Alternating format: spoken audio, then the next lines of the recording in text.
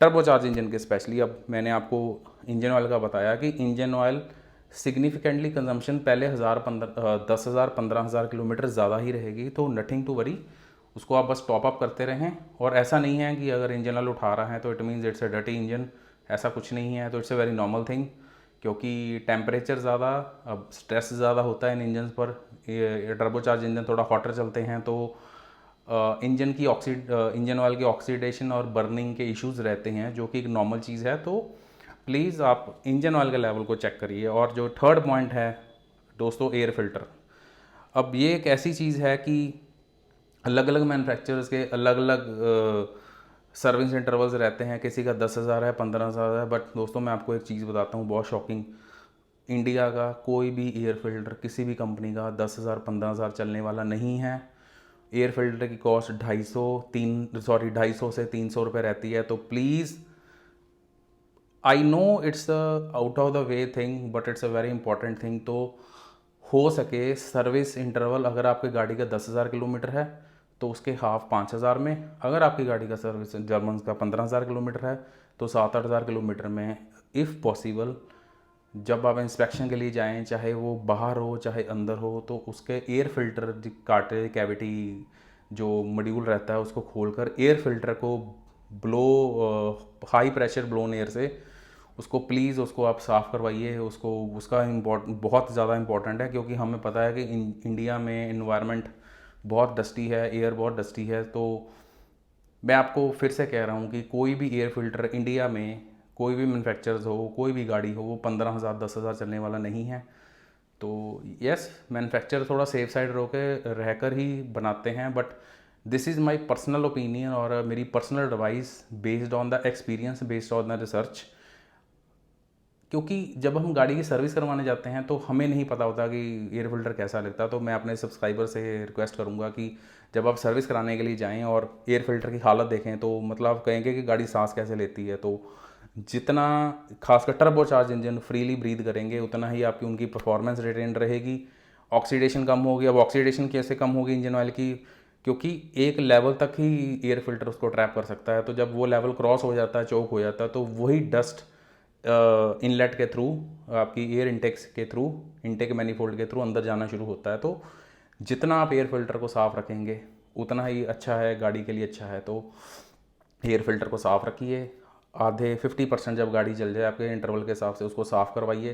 तो आप 4-5 हज़ार किलोमीटर का देखेंगे तो इतना ज़्यादा मिट्टी निकलती है, इतना ज़्यादा चोक हुआ होता है कि आप खुद सोचेंगे कि मेरा पॉइंट क्या है। तो दोस्तों नेक्स्ट टाइम मैं अपने सब्सक्राइबर से रिक्वेस्ट करता हूँ, तो मेरे कहने पर जब सर्विस करवाने जाएँ तो उसकी हालत देखें 10-15 हज़ार बार, तो आप खुद कहेंगे कि ये तो गाड़ी सांस कैसे लेती होगी। तो my personal pick, after 50% of the running between the set service interval, please go to the any local workshop, एक अच्छा हो जिसके पास की एयर कंप्रेसर हो, तो उससे एयर फिल्टर को खुलवा के उसको अच्छे से, जो नोज़ल रहता है बारीक वाला, उसको अच्छे से साफ़ कराएं ताकि उसकी डस्ट निकल जाए और उसको फिर से उसको रीफिट करवा दें, इंस्टॉल करवा दें। तो इससे आप सोच नहीं सकते कि कितने बेनिफिट हैं। मैं इसके ऊपर एक अलग डेडिकेटेड वीडियो बनाऊंगा।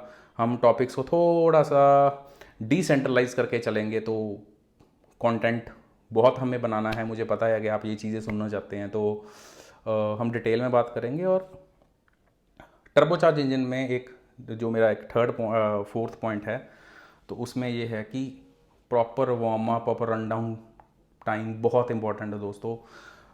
Please don't kill your engines.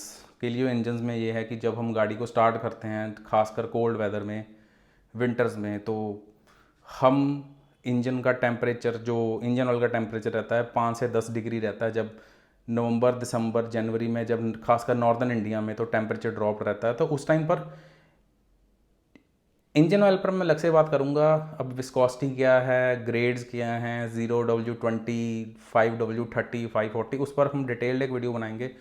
पर दोस्तों मैं आपको एक बात बताऊं कि हायर परफॉर्मेंस पर हायर विस्कोसिटी चाहिए, हायर रेव्स पर हायर विस्कोसिटी चाहिए होती है। तो ग्रेड इंजन के ऑप्टिमम टेम्परेचर में ही उसको रेव करना चाहिए। तो मेरा वार्म अप का ये मतलब है कि जब आप गाड़ी को स्टार्ट करें, प्लीज़ उसी टाइम पर उसको रोड वर्दी समझकर उसको रेव ना करें, उसको ना तेज़ चलाएं। तो उसको 2-3 सेकंड के लिए आइडल कर दें, न्यूट्रल या पी में डाल के।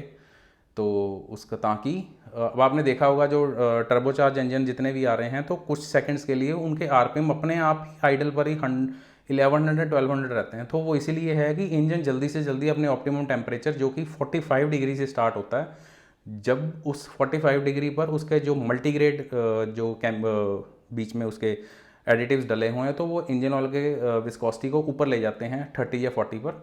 तो वो बहुत इंपॉर्टेंट है। तो अब खासकर अब सभी manufacturer low viscosity oil use कर रहे हैं, ज़्यादातर 0W20 हीट चल रहा है, तो उसका 15-20 पर पहुंचना बहुत ज़रूरी है। जब तक वो नहीं पहुंचता तो प्लीज़ उसको रैव मत करिए। और एक मैंने रन डाउन टाइम बोला था, तो रन डाउन टाइम का मतलब ये है कि जब आप गाड़ी हाईवेज़ पर, लॉन्ग रूट्स पर, हॉट कंडीशंस में अगर आप ट्रिपल डिजिट स्पीड्स करके आप गाड़ी को स्टॉल किया है, आपने रोका है, तो please allow run down time of 30 to 40 seconds. ये सेकेंड्स में ही होता है, ताकि क्योंकि ना जो कूलिंग सिस्टम होता है, जो वाटर पंप होता है, तो वो इंजन के साथ में ही टाइमिंग के साथ में कनेक्टेड होता है, तो इंजन के साथ में घूमता है जो प्राइमरी वाटर पंप होता है। तो एकदम से इंजन अपने पीक पर काम कर रहा है, उसका कूलिंग सिस्टम पीक पर काम कर रहा है, बट टेम्परेचर तो नहीं ड्रॉप हुआ उतनी एब्रप्टली। तो थोड़ा सा उसको प्लीज़ दोस्तों टाइम दो उसको रन डाउन होने के लिए। तो उसके लिए 40 to 50 seconds run down time is enough, ताकि वो अपने आइडल पर आ जाए और उसका जो कूलेंट का सर्कुलेशन है वो अपना चलता रहे, ताकि जो कंबस्शन चैम्बर के आसपास जो हेड का एरिया है वहाँ से जो कूलेंट फ्लो होता है जेट्स के थ्रू, तो वो जल्दी से जल्दी हीट को रेडिएट करके रेडिएटर के थ्रू बाहर निकाल दे। तो वो 10-15 डिग्री टेम्परेचर ही कम होना, वैसे तो कूलिंग सिस्टम ऑप्टिमम रहते हैं, तो वो बहुत ज़रूरी है। तो जब हम हाई रेव्स पर होते हैं तो वो इंजन का मानेंगे, इंजन ऑयल का टेम्परेचर 105 to 110 डिग्री जाता है दोस्तों। प्लीज़ आइडल पर 90 रहता है और हाई आरपीएम्स पर 105, और मैंने 112 तक भी जाते देखा टर्बोचार्ज इंजन में। तो वो 110 112 में अगर आप उसको बंद कर देंगे तो पिस्टन तक फूल जाते हैं दोस्तों, मानोगे आप। तो एक पार्शियल सीज इसको हम कह सकते हैं, तो वो आपके लिए बहुत कैटास्ट्रॉफिक रहेगा। तो प्लीज़ वो गलती मत करिए, और एक प्रॉपर उसको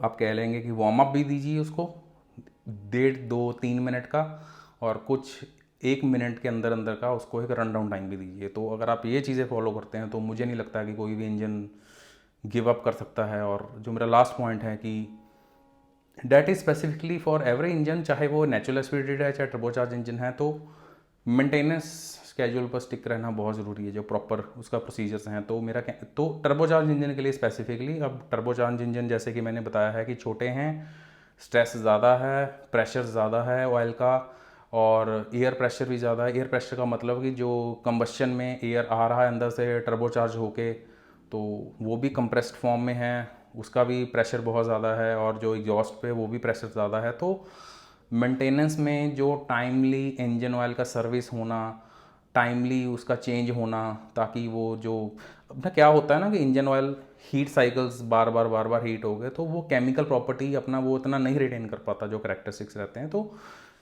एक अगर 10,000 किलोमीटर बोला है, तो एक मैं आपको बहुत इंपॉर्टेंट पॉइंट बता रहा हूँ, जब गाड़ी 1 लाख किलोमीटर तो मैं ये कहता हूँ कि अगर 10,000 इंटरवल है तो अब 10,000 पे कराइए, 15,000 तो 15,000 कराइए। जब 1-1.5 लाख क्रॉस कर जाए गाड़ी, तो 10% 15% थोड़ा सा उसको आगे कर दीजिए। अगर 10,000 है तो उसको 9,000 पे करवाइए सर्विस, और अगर 15,000 है तो 12,500-13,000 में करवाइए, क्योंकि इंजन में वेयर एंड टियर होता ही है। तो मेंटेनेंस प्रोसीजर फॉलो करना बहुत ज़रूरी है। अब मेंटेनेंस प्रोसीजर में अब दोस्तों अब टर्बो चार्जिंग है, इंजेक्टर्स हैं, फ्यूल इंजेक्टर्स, वो भी हाई प्रेशर में रेल के साथ में काम करता है, तो फ्यूल का साफ़ होना बहुत ज़रूरी है। अब मिस फायरिंग करते हैं, कॉयल पैक्स ख़राब होते हैं, अब इरिडियम के स्पार्क प्लग डलते हैं, हम इरिडियम के स्पार्क प्लग के ऊपर भी बात करेंगे। तो उसके लिए जो मेंटेनेंस प्रोसीजर, जो मैं सर्विस की बात कर रहा हूँ, तो उसमें जो 3 खासकर इंजन के फिल्टर्स रहते हैं, एयर, ऑयल और फ्यूल, टाइमली अगर चेंज होते रहेंगे, फ्यूल फिल्टर चेंज होता रहेगा, तो फ्यूल रिलेटेड प्रॉब्लम्स, रेल की प्रॉब्लम,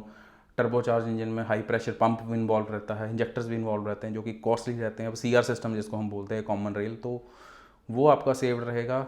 एयर फिल्टर अब चेंज होगा टाइमली, मैं वो आपको फर्स्ट पॉइंट में बता चुका हूँ कि एयर फिल्टर कितना क्रिटिकल है। अब अगर वो डस्टी है, एक तो पहले ही वो 10-15 हज़ार चलने वाला नहीं है, और अगर आपने उसका सर्विस ही डिले कर दी, मेंटेनेंस सही से फॉलो नहीं की, तो आप सोच सकते हैं कि एक बिना सही से सक्शन अगर ना हो इंजन में तो क्या हो सकता है। तो अब उसके साथ में एसोसिएटेड ऑयल फ़िल्टर भी है। अब ऑयल फ़िल्टर सारी इंजन ऑयल में जितना भी कार्बन रहता है और सूट रहता है वो ट्रैप करता है, उसमें स्लज को ट्रैप करता है। तो अगर वो चोक हो गया, मान लो दोस्तों, अगर इंजन सबसे क्रिटिकल इसमें रहता है ऑयल फ़िल्टर, जो कि सस्ता रहता है बहुत, बट अगर चोक हो जाए तो सबसे पहले उसका ऑयल पंप रहता है इंजन का, वो गिव अप करता है, तो इंजन फेलियर ही है सीधे उसके ऊपर। तो प्लीज़ जो मैंने आपको 5 पॉइंट बताए हैं, अब फास्ट ट्रैक पर मैं 5 चीज़ें बोल देता हूँ।